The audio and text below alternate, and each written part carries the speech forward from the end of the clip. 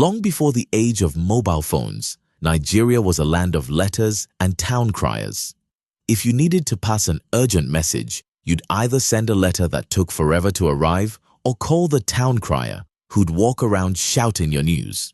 But for the big men, there was another way: the landline. Do you remember those days? The giant telephone sitting like a king in the corner of the living room. It had a long, curly cord that seemed to wrap around everything. And the sound, that green as the line connected. It felt like magic, didn't it? But here's the funny part.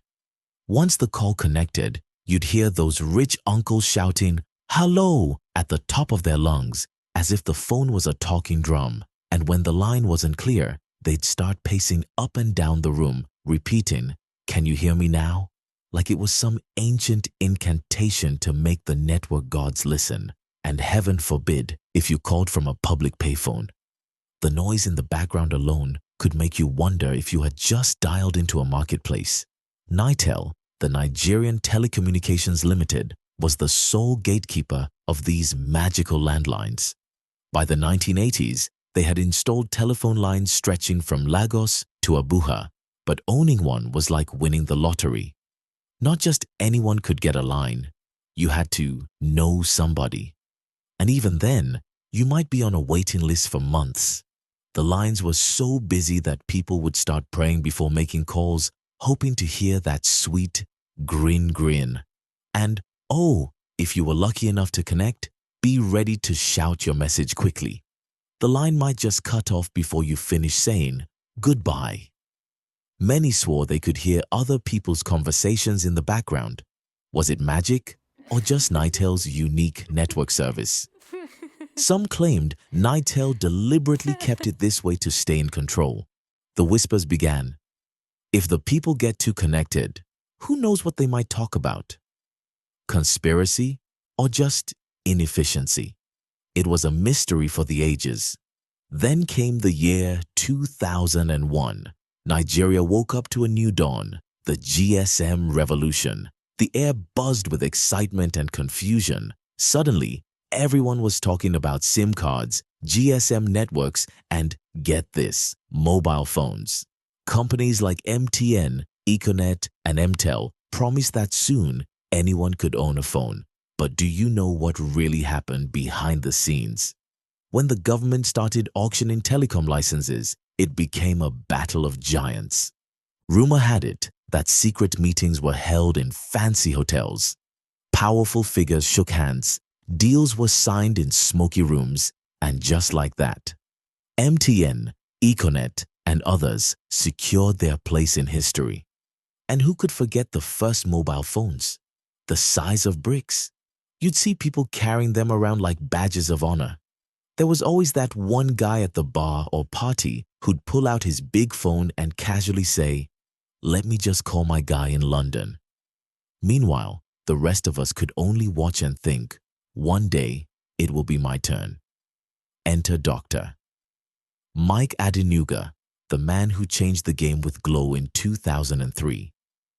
They called it the People's Network, the first truly Nigerian-owned telecom company.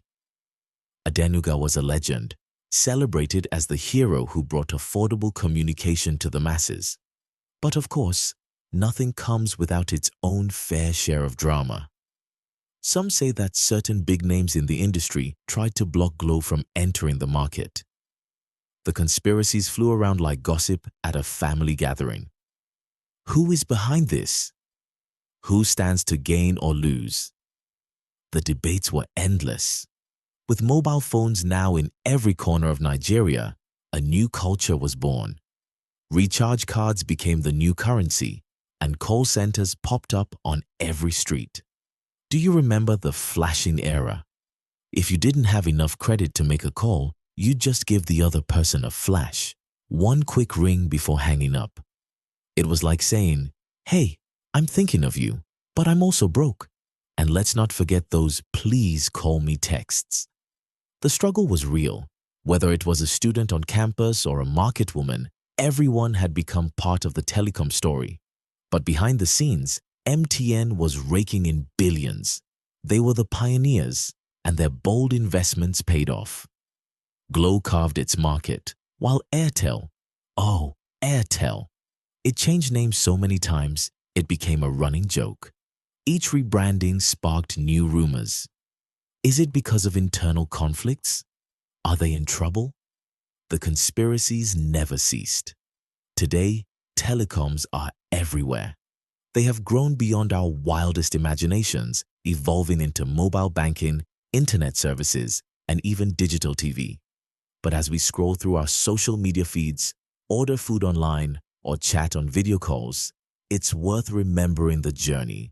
The green, the shouting, hello, Zrenia, the battles for market control, and the legends who changed the game. So, the next time your phone rings, take a moment to smile. You're holding history in your hands, a history filled with ambition, whispers, conspiracies, and triumphs. The story of how Nigeria connected itself to the world. This is Refuture's Academy, where we bring the past to life and prepare you for the future.